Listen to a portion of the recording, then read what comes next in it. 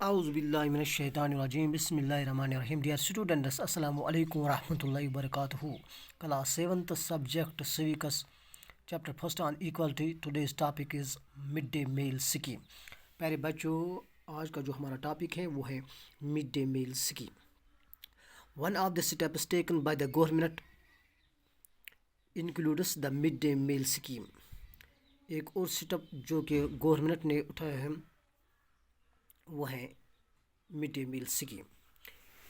इस mid day meal scheme का मकसद क्या है? This refers to the program introduced in government elementary schools to provide children with cooked lunch. इस scheme का ये मकसद है कि जितने भी एलिमेंट्री स्कूल्स यानी मिडिल लेवल के स्कूल्स थे पूरे मुल्क में, उन सब में दोपहर का खाना मुफ्त बच्चों को दिया जाए. इससे क्या हुआ? Tamil Nadu was the first state in India to introduce this scheme, and in 2001 the Supreme Court asked all the state governments to begin this program in their schools within 6 months.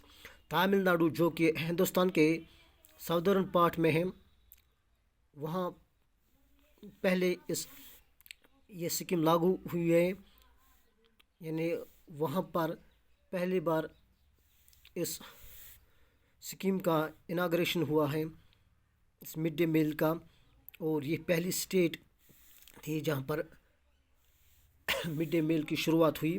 और इसके बाद 2001 ईस्वी में सुप्रीम कोर्ट ने तमाम states के गवर्नमेंटों को ये ऑर्डर्स दिया कि वो 6 मंथ्स के अंदर अपने अपने स्टेट्स में इस स्कीम को लागू करें.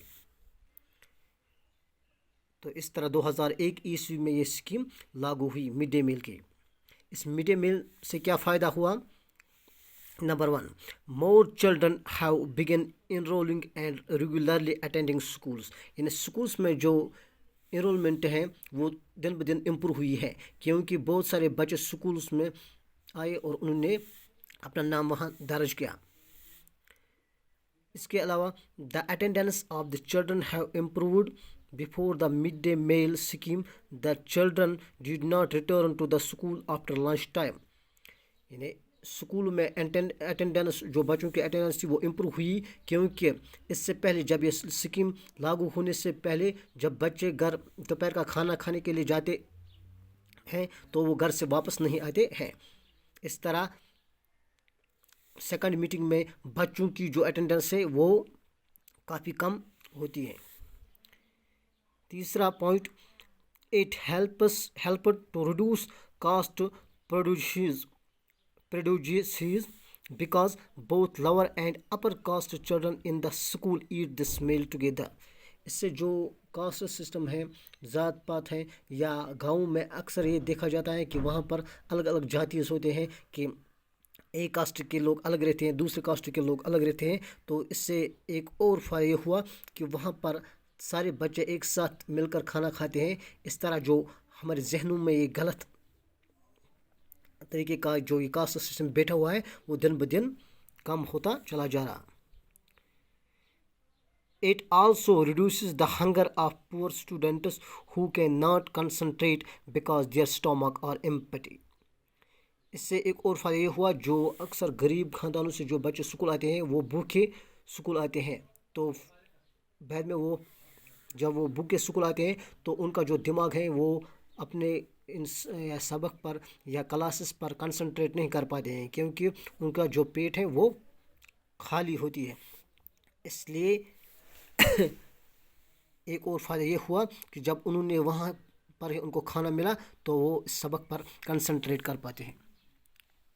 इसके अलावा there continues to be a very big difference in our country between schools that the rich attend and those that the poor attend. इसके अलावा भी अगर जो हमारे कानून ये बताते हैं कि हर एक के साथ इक्वली ट्रीट होना चाहिए, लेकिन फिर भी हमारे मुल्क में ये देखने को मिलती है कि जो दो तरह के स्कूल नज़र आते हैं. एक स्कूल वो होते हैं जो प्राइवेट होते हैं, जहाँ पर आला تعلیم یافتہ اساتذہ کام کرتے ہیں اور وہاں پر اونچے اونچے خاندانوں کے یعنی رچ خاندانوں کے بچے پڑھتے ہیں، اور دوسری طرف وہ غریب بچے پڑھتے ہیں جہاں پر وہ فیسلٹیز نہیں ہوتی ہیں، اور جو وہاں پر اساتذہ بھی کام کرتے ہیں وہ بھی کم تعلیم یافتہ ہوتے ہیں۔ اس طرح یہ بھی دیکھنے کو ملتی ہیں، ابھی بھی ہمارے ملک میں اس طرح کے چیزیں دیکھنے کو ملتی ہیں۔ Even today the Dalit and poor students are discriminated against and treated unequally. اس وقت بھی اگر ہم آج بھی دیکھتے ہیں کہ دلت اور جو پور اسٹوڈنٹس ہیں یعنی غریب خاندانوں سے بچے تھے ان کے ساتھ ڈسکرمنیٹ کیا جاتا ہے، اور ان ایکولی یعنی ان کو برابر حقوق نہیں دیا جاتا ہے۔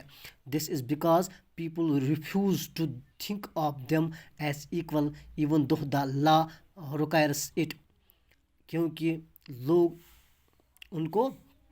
ان کے ساتھ ایکولی ٹریٹ نہیں کرتے ہیں، اگرچہ قانون بتاتے ہیں کہ ان کے ساتھ ایکولی ٹریٹ کرنا چاہیے، لیکن پھر بھی لوگ ایسا نہیں مانتے ہیں۔ یا اگر ہمارے خدا کے نزدیک بھی یہ ہر کوئی شخص برابر ہے، لیکن اس کے باوجود بھی ہم ایکولی ٹریٹ نہیں کرتے ہیں۔